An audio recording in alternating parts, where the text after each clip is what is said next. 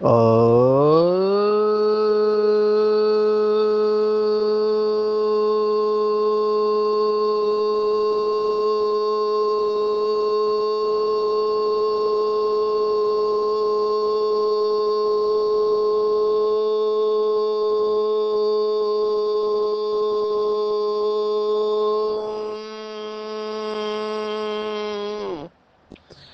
शांति। आज 28 अक्टूबर 2025 भारत में मंगलवार है। Today is 28th October 2025 and it's Tuesday in Bharat. आज की मुरली का जादुई रहस्य स्वयं को प्रेरणा देने के लिए magical secrets of today's Murli for motivating the self. आज की साकार मुरली में दो शब्दों के ऊपर हम जाएंगे। बाबा पूरा शास्त्रों का सार और भविष्य पथ का आधार कई मुरलियों में बता चुका है। ये दो शब्द हमारे भविष्य पथ के बारे में हमको बताते हैं। बाबा के बच्चे भविष्य में देवी देवता बनेंगे।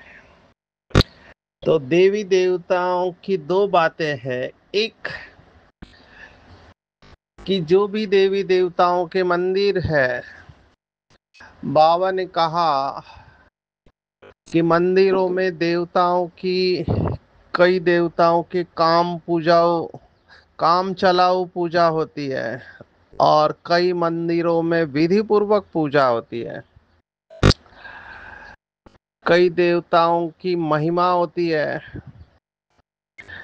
तो ये दो शब्द आज के मुरली से हम लेंगे कि गायन और पूजन योग्य। अभी बाबा का बच्चा बनने के बाद जब हम सेवा में उतरते हैं तो डेफिनेटली गायन होता है। तो सेवा करके गायन लायक बनते हैं, लेकिन पूजन लायक बनने के लिए संपूर्ण पवित्रता चाहिए। आप देखेंगे भारत में विधि पूर्वक पूजा श्री कृष्ण की होती है, हर कर्म की पूजा होती है। क्यों? क्योंकि संगम युग पर ब्रह्मा बाबा ने हर कर्म शिव बाबा की याद में किया, जिसे 16 कला संपूर्ण कहते हैं। श्री कृष्ण को भक्ति मार्ग में भी संपूर्ण अवतार कहा गया है। तो बाबा ने अव्यक्त मुरलियों में इसका राज बताया था कि ब्रह्मा बाप की विशेषता है कि हर कर्म बाबा की याद में किया। तो दादियाँ भी कहती थी कि हम देखते थे कि बाबा अब कैसे चल रहा है, कैसे लेटा हुआ है, भोजन कैसे करते हैं, ज्ञान कैसे सुनाते हैं। तो हर कर्म देखने की दिल होती थी साकार ब्रह्मा बाप को। तो क्यों दिल होती थी? क्योंकि जब कलाकार स्टेज पर होता है और अपनी कला का प्रदर्शन होता है, सभी लोग तालियां बजाते रहते हैं। तो हमारे कर्म ऐसे होने चाहिए। शायद यही कारण है कि श्री कृष्ण के हर कर्म का दर्शन होता है। अभी लेटे हैं, अभी दातुन कर रहे हैं। कितने सारे भक्ति मार्ग ने एक्यूरेट कॉपी किया हुआ है। तो गायन और पूजन, देखो गायन होना सहज है। लौकिक में भी जब कोई बहुत सेवा करते हैं तो उनको अवार्ड देते हैं, तो उनका गायन होता है। लेकिन पूजा सभी की नहीं करते हैं। पूजा के लिए संपूर्ण पवित्रता चाहिए। तो चेक करेंगे आज पूरे दिन भर क्या मेरे कर्म गायन और पूजन योग्य है। गायन तो हो ही जाएगा जब आप सेवा में आओगे, लेकिन पूजा, उसके लिए संपूर्ण पवित्रता चाहिए। और एक मोटे रूप में अगर पवित्रता को ध्यान में रखना है तो हम समझते हैं कि काम, क्रोध, लोभ, मोह और अहंकार ये विकार नहीं होना चाहिए, जिसको कहा गया है निर्विकारी। लेकिन हर के आगे बाबा ने संपूर्ण शब्द इस्तेमाल किया है, सर्वगुण संपन्न, संपूर्ण निर्विकारी। तो संपूर्ण निर्विकारी में क्या आता है? तो बाबा ने आज की मुरली में कहा कि सबसे बड़ी बीमारी देह अभिमान, जिसे अंग्रेजी में ईगो कहते हैं, देह अभिमान, इस देह अभिमान के कारण सभी विकारों ने महारोगी बनाया, केवल रोगी नहीं महारोगी बनाया है। ये देह अभिमान समाप्त हो जाए तो तुम बाप की दिल पर चढ़ो। और दूसरा बताया कि दिल पर चढ़ना है तो विशाल बुद्धि बनो। दो शब्द यहाँ पर भी मैं बताना चाहूंगा, क्योंकि बाबा ने विशाल बुद्धि के साथ एक और शब्द कई साकार मुरलियों में दिया है, वो शब्द है दुरानदेशी। दुरानदेशी और विशाल बुद्धि ये दो शब्द साथ में जाते हैं। आज की मुरली में दुरानदेशी शब्द आया नहीं है, लेकिन हम उसे समझेंगे। ज्ञान चिता पर बैठो, रूहानी सेवा में लग जाओ और वाणी चलाने के साथ साथ बाप को अच्छी रीति याद करो। ये पूरा नटशेल में है, माना सार रूप में है। दो बातें बाबा ने कहा, देह अभिमान की बीमारी जड़ से समाप्त हो। कितनी कड़ी बीमारी है देह अभिमान। भगवत गीता भी इसको एक्नॉलेज करती है, तीसरे अध्याय में 27वां श्लोक है, अहंकार विमूढ़ात्मा कर्ता हम इति मन्यते। कल हमने धारणा की मुरली में देखा था बाबा के महावाक्य, मैं राइट हूँ। ये सबसे बड़ी माया बाबा ने क्यों कहा, इसके ऊपर चिंतन तो चला होगा बहुत बच्चों का। देखो, हम संत कबीर को कई बार इसमें देखा है ज्ञान रहस्य में, कि संत कबीर और जितने भी संत होके गए वो कभी भी आर्ग्यूमेंट में नहीं जाते थे, क्योंकि उनको पता है आर्ग्यूमेंट में आप जाओगे तो जीतने के बाद भी आप हार जाते हो। तो और वो अपनी एनर्जी को बचाए रखते हैं। उनका पूरा फोकस खुद के ऊपर होता है, खुद को बदलने में रहता है। जो बाबा ने भी कहा, स्व परिवर्तन से ही विश्व परिवर्तन। दूसरों के अवगुण देखना, चित्त पर रखना, वर्णन करना वो बिल्कुल नहीं करते हैं। तो संत कबीर का जीवन बहुत प्रेरणादायी है।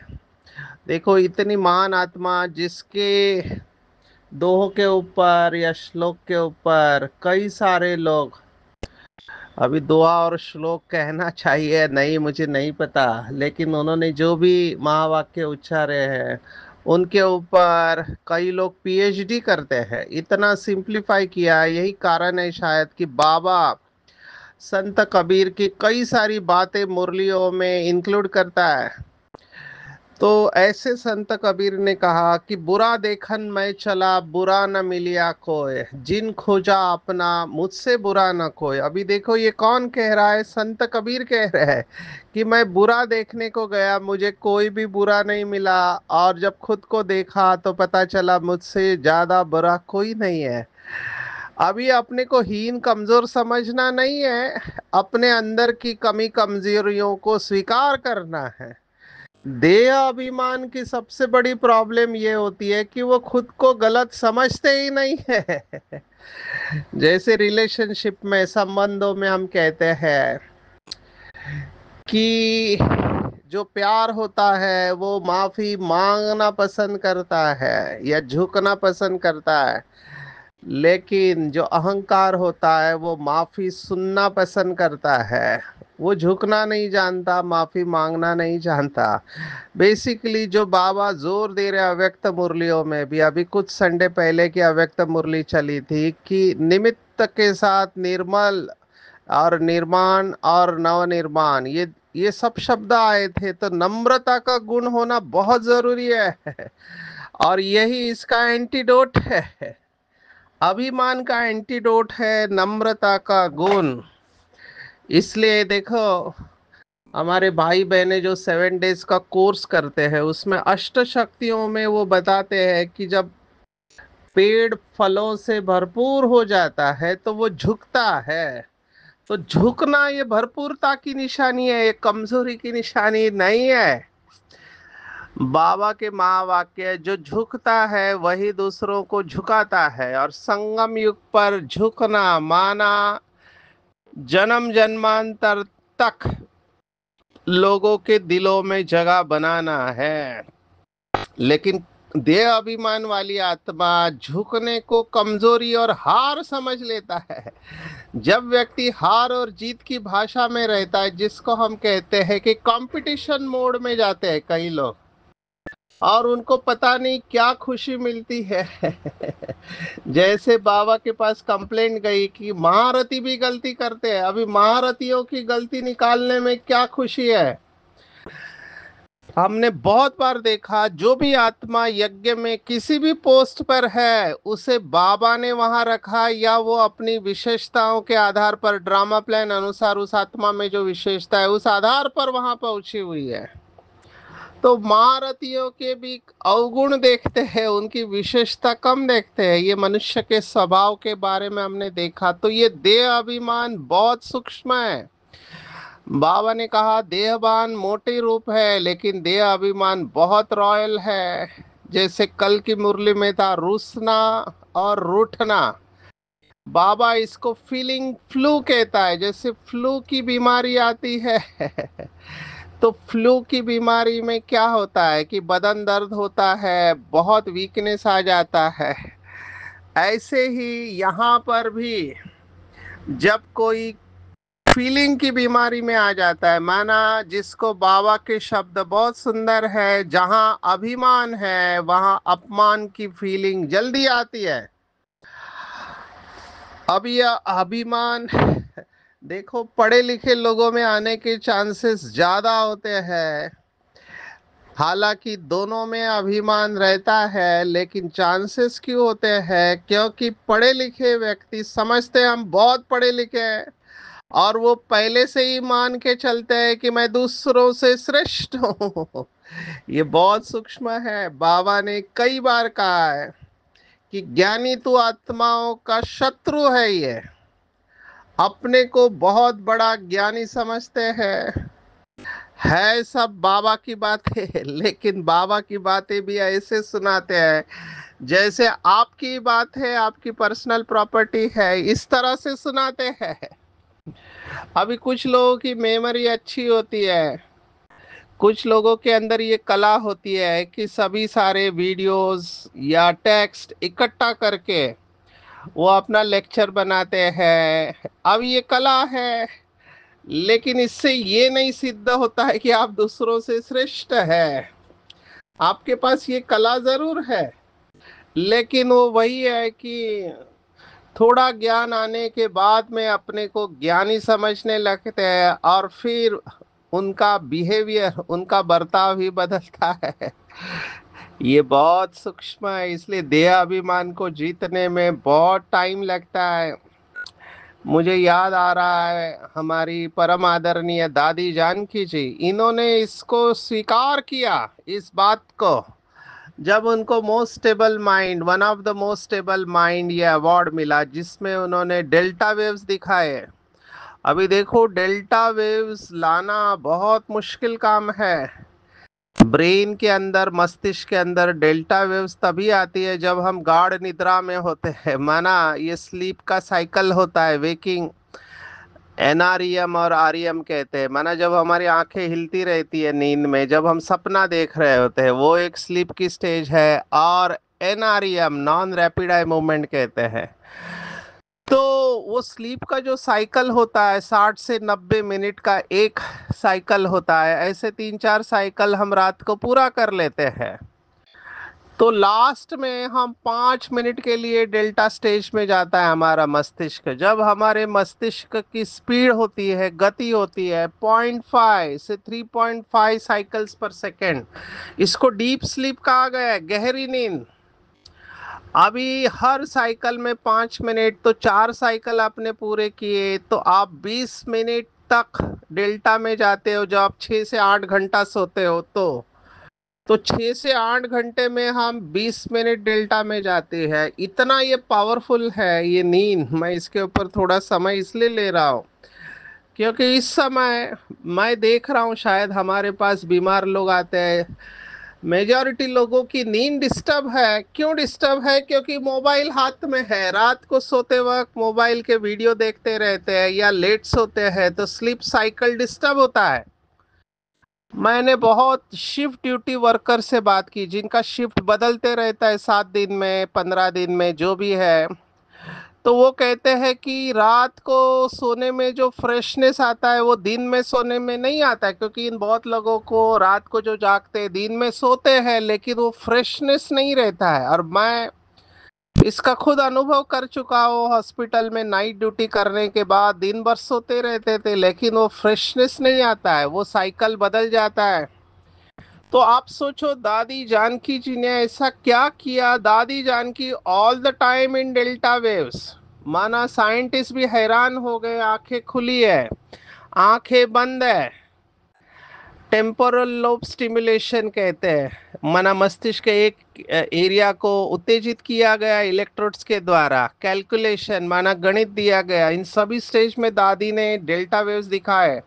तो साइंटिस्ट हैरान हो गए और उनको पता चला कि ये इस आत्मा की शक्ति है। तब उन्हें मोस्ट स्टेबल माइंड ये अवार्ड मिला, या डेल्टा वुमन का अवार्ड मिला। तो दादी जी से पूछा आपने ऐसा क्या किया, तो दादी ने कहा बड़े रूप में तो हमने जीत लिया था लेकिन सूक्ष्म में सटल ईगो, ये जीतने में मेहनत लगी। तो दादी ने भी इसको एक्नॉलेज किया। बाबा ने मुरलियों में कहा मैं श्रेष्ठ हूँ ये स्वमान है, लेकिन मैं ही श्रेष्ठ हूँ ये अभिमान है। तो अभिमान के ऊपर हम लंबा जा सकते हैं।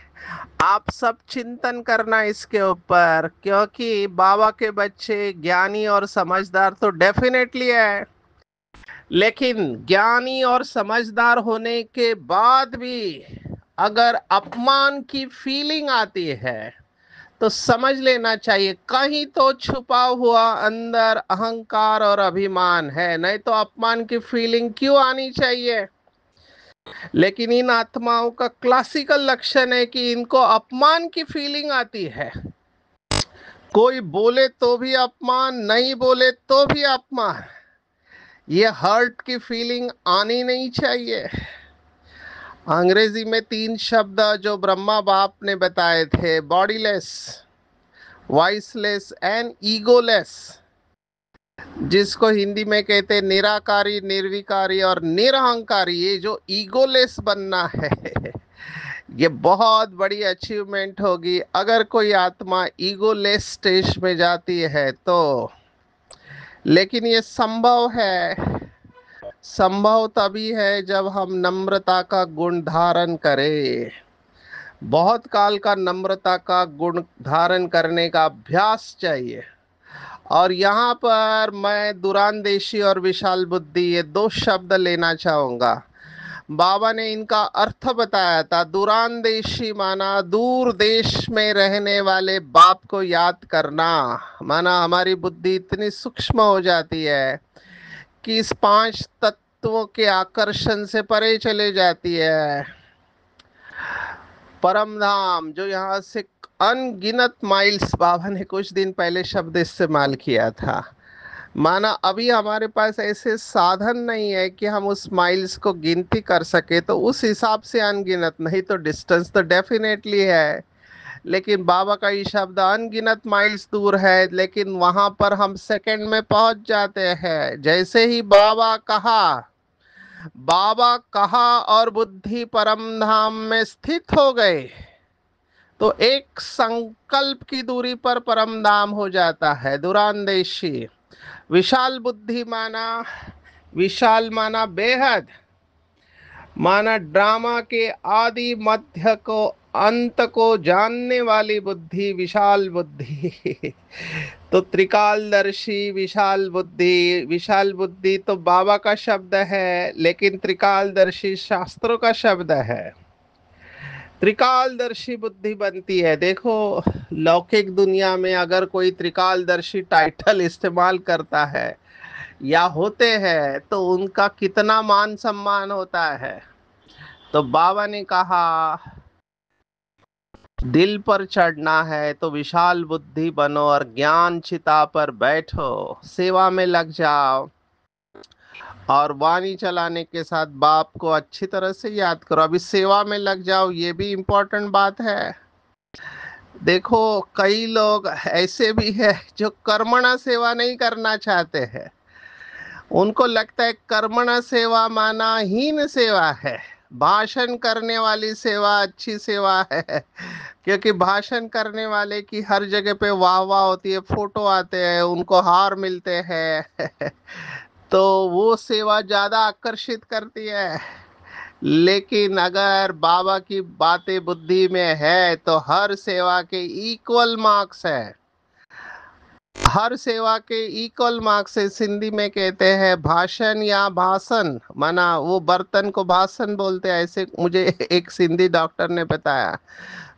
तो दोनों सेवा के इक्वल मार्क है। आप भाषण करो या बर्तन मांजो किचन में, उल्टा भाषण करने वाले को अहंकार आया कि मैंने बहुत अच्छा भाषण किया तो उसके मार्क्स माइनस हो जाएंगे। और बर्तन मांजने वाला अगर वो निर्विकारी निरंकारी अवस्था में रहता है तो वो ज्यादा नंबर ले लेगा। तो इसलिए सेवा का सब्जेक्ट भी बहुत सूक्ष्म है और अभिमान के साथ यह इसलिए जुड़ा हुआ है क्योंकि बाबा को मुरली में कहना पड़ा कि किसी से भी आपको सेवा नहीं लेनी है। ये बाबा क्यों कह रहा है और किसके लिए कह रहा है, इसके ऊपर चिंतन करेंगे। क्योंकि कुछ आत्माएं ये समझते हैं कि हम बहुत अच्छी सेवा करते हैं, इसलिए ये हल्के काम हम नहीं करेंगे। ये अगर भाव आ गया, जिसको बाबा ने कहा द्वापर के राजाओं के संस्कार आ गए हैं, तो आराम पसंद बन जाते हैं और मेहनत का काम नहीं करेंगे या कर्मणा सेवा नहीं करेंगे। यहाँ पर मुझे हमारे परम आदरणीय जगदीश भाई जी की याद आ रही है। ऐसे हमने सुना कि जिस सेंटर पर वो थे वहां पर सभी बहनों को किचन में जाना ही है सेवा करने के लिए। नहीं तो ऐसा भी एक ग्रुप है जो किचन की सेवा को छोटी या हल्की सेवा समझते हैं। झाड़ू मारना, बर्तन मांजना, इसको हल्की सेवा समझते हैं। तो ये बुद्धि से निकाल देना चाहिए। देखो, हमारे सामने रोल मॉडल ब्रह्मा बाबा है। ब्रह्मा बाबा ने सभी सेवाएं की। आपने फोटो देखे होंगे साकार बाबा के, रास्ता बन रहा है तो बाबा पत्थर उठा रहे हैं, पौधों को पानी डाल रहे हैं, क्या नहीं किया। किचन में भी चले जाते थे बाबा। इतनी जिम्मेवारी होने के बाद भी ये सब क्यों बाबा ने किया? क्योंकि बॉटम लाइन है, अहंकार को जीतना है। इसलिए बाबा का लौकिक का फोटो देखो, ज्ञान में आने के पहले कड़क ड्रेस में रहते थे, लेकिन शिव बाबा के प्रवेशता के बाद बहुत साधारण रहने लगे। अभी अभिमान कैसे आता है? कई बार कड़क कपड़े पहने के बाद भी अभिमान आता है। क्यों बाबा ने सफेद ड्रेस दिया? तो सफेद ड्रेस में बुद्धि ज्यादा नहीं जाए, क्योंकि जितना कलर ड्रेस है उसमें बुद्धि जाने के चांसेस ज्यादा है। तो सफेद ड्रेस में भी सिल्क वाला सफेद, ऑर्डिनरी सफेद, बॉर्डर वाला सफेद, डिजाइन वाला सफेद, उसके ऊपर जैकेट, क्या क्या निकाल दिया गया। अभी ये बुद्धि है इस समय की जो वैरायटी पसंद करती है। नहीं तो बाबा की श्रीमत है 36 छत्तियों वाला कपड़ा पहनना चाहिए, माना जहां पर 36 जगह पे फटा हुआ है, ताकि पूरा ये उन लोगों के लिए है। इसके पीछे भाव समझना चाहिए। बाबा ये कहना चाहता है कपड़ों में भी ज्यादा बुद्धि नहीं जाए। कई बार लोग मेकअप करते हैं, अभी मुझे नहीं पता इसके ऊपर, बहुत बार हम देख चुके, पाउडर क्रीम लगाना चाहिए कि नहीं लगाना चाहिए। बाबा ने कहा नहीं लगाना चाहिए। बीमारी की हालत में स्किन फटती है या और कोई कारण है, बदबू है, तो लगा सकते हैं। लेकिन बाबा का भाव समझना चाहिए कि जो चीज हमारे देहाभिमान को बढ़ाती है, बाबा के दिल पे हम चढ़ नहीं सकते। तो ये बहुत बड़ा सब्जेक्ट है, देखना चाहिए। मैं नाम रूप की बीमारी के बारे में कहूंगा। आप ज्यादा सजाते हैं शरीर को, कपड़े कड़क पहनते हैं, आप किसको आकर्षित करेंगे अपनी तरफ? अगर किसी की बुद्धि गई तो आपके ऊपर बोझा चढ़ेगा। इसलिए पवित्र रहना है, सिंपल रहना है, साधारण रहना है। आज दूसरी पॉइंट जो आई है, जगदम्बा, सरस्वती और लक्ष्मी का कॉन्ट्रास्ट बाबा ने बताने को कहा। अभी ये बात पुरानी हो गई, इसलिए मैं इसमें नहीं जाता हूँ। बाबा ने इसके बारे में बहुत बार कहा हुआ है कि कैसे अडॉप्शन करते हैं। मैं तो दिव्य गुणों के ऊपर ही आता हूँ। बाबा ने कहा दैवी गुण होंगे, वो इस रूहानी सर्विस में लगे हुए होंगे, वो समझा सकते हैं। बाकी तो माया की बीमारी में फंसे रहते हैं। तुम्हारे में भी यथार्थ रीति हर कोई नहीं समझा सकते। अनेक प्रकार के लोग रोग है, और देह अभिमान का भी रोग है। इन विकारों ने ही तुम्हें रोगी बनाया है। तुम सर्वगुण संपन्न पवित्र थे। और बाबा ने देखो देवता को अलग किया है, भगवान भगवती केवल लक्ष्मी नारायण। लेकिन सबको भगवान भगवती कह नहीं सकते, इसलिए देवता कर दिया। तो ये चित्रों के ऊपर समझाना, अभी आप समझ सकते, 69 के पहले ये ज्ञान को समझाना बहुत जरूरी था। अभी तो लोग डायरेक्ट एक्सपीरियंस करना चाहते हैं, सुनना भी नहीं चाहते हैं। आज फिर से लगातार दूसरी बार ब्रह्म ज्ञानी आत्माओं को बाबा ने एक्नॉलेज किया है कि वो मेहनत करते हैं, उत्तम पद पाते हैं, ऐसे ऐसे महात्मा बनते हैं जो उनको प्लेटिनियम में वजन करते हैं।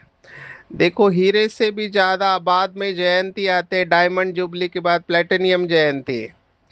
तो ब्रह्म में लीन होने की मेहनत तो करते हैं ना, तो मेहनत का फल मिलता है। बाकी मुक्ति, जीवन मुक्ति नहीं मिल सकती। तो ये भी चिंतन करने जैसी बात है। हीरो में आगा खां का वजन किया था, आज बताया ब्रह्म ज्ञानी है जिनको प्लेटिनियम में वजन करते हैं। तो बाबा ज्ञान और योग सिखलाते हैं, राज राजेश्वर डबल सिरताज देवी देवता बनाते हैं। तो खुशी में रहना चाहिए, नशा होना चाहिए कि भगवान मुझे पढ़ाकर पावन बनाकर राज राजेश्वर बना रहे हैं। और कल की मुरली की एक बात रह गई थी कि दूसरों को आप समान बनाना है। आज फिर से ये बात आई है, कितनों को हमने आप समान बनाया है। देखो एक कैलकुलेशन है, कोई आत्मा केवल 10 साल ज्ञान में है लेकिन उसने 20 लोगों को आप समान बनाया। कोई आत्मा 25 साल ज्ञान में है लेकिन 15 लोगों को ही आप समान बनाया, तो वो 10 साल वाली आत्मा आगे है। ये इतना इम्पोर्टेंट है, इसलिए इसके ऊपर चिंतन करना है। इसके ऊपर चिंतन करेंगे। कस्टम कलेक्टर को बुलाना है। अभी तो बहुत लोग बाबा के पास आते हैं, बाबा का बच्चा बनकर काला मुंह नहीं करना है, ये सब धारणाओं की बातें आते हैं। वरदान के ऊपर 3 शब्द है, नॉलेजफुल, पावरफुल एंड सक्सेसफुल, इसके ऊपर वरदान है। लेकिन आज के वरदान में ये 3 शब्द आए नहीं है, पर भाव वही है। जो समझदार बनकर संकल्प व कर्म करते वो सफलता मूर्त बनते। सक्सेस आज की दुनिया का शब्द है, सक्सेस। तो सक्सेसफुल या सफलता मूर्त बनने के लिए समझदार बनना है। जो लौकिक में कहावत है, सोचो समझो और फिर कर्म करो। इसी का यादगार बाबा ने कहा, भक्ति मार्ग में स्वास्तिका निकालते या गणेश को नमन करते, ये स्वास्तिका माना स्व में स्थित होना और नॉलेजफुल स्थिति का सूचक है। तो हमको सफलता चाहिए तो नॉलेजफुल बनकर हर संकल्प और कर्म करना है, खुशी का दान करना है, क्योंकि ब्राह्मण जीवन की विशेषता खुशी है। कल का और आज का व्यक्त इशारा सेम है। फिर से लाइट के ऊपर बाबा आ रहे हैं कि लाइट परमात्मा शक्ति की लाइट, आत्मिक शक्ति और स्थिति और स्वरूप लाइट है। तो बहुत सहज सफलता पा सकते हैं। तो वरदान और अव्यक्त इशारा सफलता के ऊपर है, दोनों का भाव अलग है। लाइट रहेंगे तो सफल रहेंगे, या लाइट बनना ही सफल होना है। आज की पूरी मुरली में टेक होम है कि देह अभिमान की बीमारी के ऊपर विजय प्राप्त करना है। बाप के दिल पर अगर चढ़ना है तो विशाल बुद्धि बनना है, और ईश्वरीय सेवा करनी है। वाणी के साथ साथ बाप को भी याद करना है। गायन योग्य के साथ साथ पूजा करने के पात्र भी बनना है, और उसके लिए संपूर्ण पवित्रता चाहिए। आंखें धोखा देती है, इसलिए संभाल करनी है। कोई भी विकारी बातें कानों से सुननी नहीं है। अपने से पूछना है कि कितनों को हमने आप समान बनाया है। मास्टर पतित पावनी बन सबको राज राजेश्वर बनाने की सेवा कर रहे हैं। हमारे अंदर कोई अवगुण तो नहीं है, और दैवी गुण कितने धारण किए हैं। कोई भी कर्म करने के पहले ज्ञान स्वरूप बनना है। संकल्प और कर्म को श्रेष्ठ सफल बनाने वाले ज्ञान स्वरूप समझदार बनना है। खुशी का दान करना है, और स्थिति और स्वरूप लाइट है तो प्रयोग में सफलता सहज पा सकती है। अच्छा, ओम शांति।